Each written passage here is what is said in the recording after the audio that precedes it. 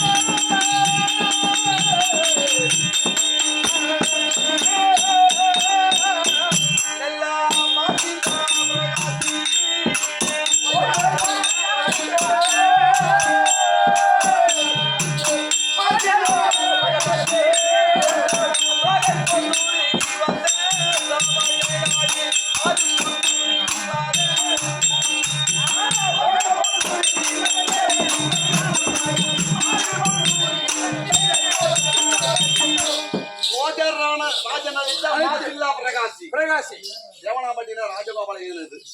ஏன்னா சாலையார் எழுதுற பாட்டாங்க இந்த உலகமே பாடுறது. ஏன்னா அவங்க எழுதுறது ஒரு அடி இருந்தாலும் சில ஊர்ல கேட்பாங்க. திருக்கோளூர் அறியாமல் இருக்கக்கூடிய விழுப்புரம் மாவட்டத்தை சேர்ந்த நாடக நகராசிரியர் நாராயணசாமி இந்த மாதிரி எழுதுற நாடகம் வெளியே வரல.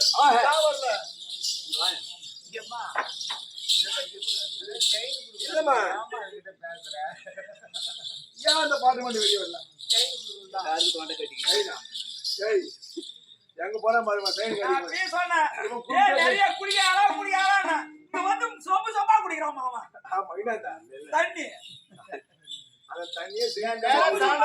குடியாரா தோட்ட கட்டிக்கும் குடியாரான்னா சித்திரை வைகாசியில வந்து 10 ராத்திரிக்கு ஆறதுக்கு சமம் ஒரு ராத்திரி ஆறது. 10 ராத்திரிக்கு ஆனாலும் தொண்டை கட்டிக்காது. யாரு விடுமா பாத்துக்கலாம். எங்க வேணாலும் மணல் வேணாலும் 10 கணக்கலாம். அப்பெல்லாம் ஆட்டக்காரர்களுக்கு தொண்டை கட்டிக்கலாம். ஆமா பனி நாடு இருந்தாலும் இப்ப தோட்டம் வந்து வெங்கல தோண்டி ஆட்டம் இருக்கும். நீங்க போயிட்டு இங்க வந்து நிறைய மணல் குடிச்சிட்டே இருக்கான். நாராயணசாமி பேராசிரியர் எழுதின நாடகம் வெளியே வரல. ஏன் வரல? வெளியே வரலன்னா அவர் வெளியே விடுறதுக்கு முன்னாடி இறந்து போய்விட்டார். மின்னல் ஒளி சிவபூஜை நாடகம் வெளியே வந்துருச்சு. ஆமா அது அவரு எழுதுதான். நீ பொன்வா சாடுங்க அதனுடைய விளக்கம் உனக்கு தெரியும். நீ தாளை எங்க போய் அடிக்கிறதுன்னு அது மட்டும் கத்துக்கிட்டு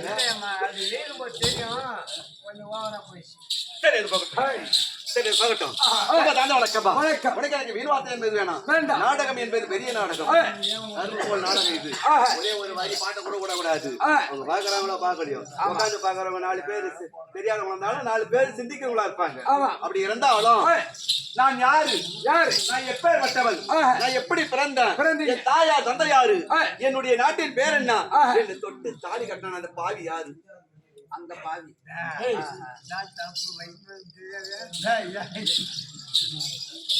ஐயா எங்களுடைய நாடும் சைலன்ஸ் 56 தேசத்துல தலை சிறந்த நாடா இருக்கும்படியான எங்க நாட்டின் பேரோ கலிங்க தேசம். கலிங்க தேசத்தை ஆண்டு வரும்படியான எங்க அப்பா பேரு சுபாங்க மன்னன், எங்க அம்மா பேரோ ரத்தினமாலா. ஆக வேண்டிய குடும்பத்துக்கு ஆணாவது பெண்ணாவது ஏதாவது ஒரு பிள்ளையாவது இருக்கணும், இருக்க வேண்டும். எங்க அம்மா அப்பாவுக்கு திருமணமாகி 12 வருஷம் ஒரு மாமாங்க ஆகுறது. புத்திர காமேஸ்வரி புத்திர சந்தானமே கிடையாது. பிள்ளை இல்லாத காரணத்தினால் மனவர்த்தத்தோடைய தந்தையாகப்பட்டவர் புத்திர காமேஸ்வரி யாகம் செய்தார். எங்க கலிங்க தேசத்துல எப்படி கலிங்க தேசத்தை பெருத்த ஒரு யாகம் செய்தவுடன் யாரோ ஒரு நாட்டு மன்னன் பொன்பொருளா கொண்டு வந்து தங்கத்தெல்லாம் கொட்டி பெருத்த யாகம் செய்தார். யாரா கொண்டு வந்து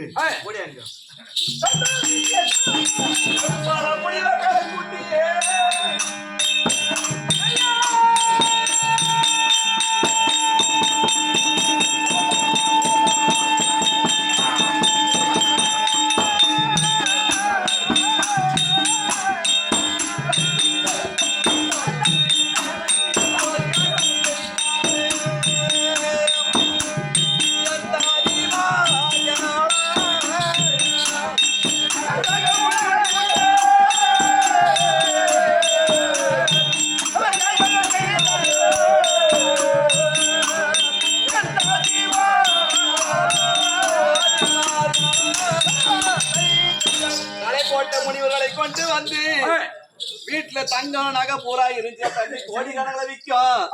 நம்மளுக்கு பிள்ளை இல்லையே, இந்த நகை நட்டி இருந்து என்ன புண்ணியம்? பிள்ளை இல்லாத சோறு புழுவுன்னு சொல்லுவாங்க. ஆமா. இந்த பொன்பொருளா கொட்டி ஏக செய்த உடனே தேவலோகத்தை ஆண்டு ஒருபடியான தேவேந்திரன் இந்திராணி அம்மையாரா ஏகத்தில் வந்தார்கள். ஐயா, இப்பேற்பட்ட பொன்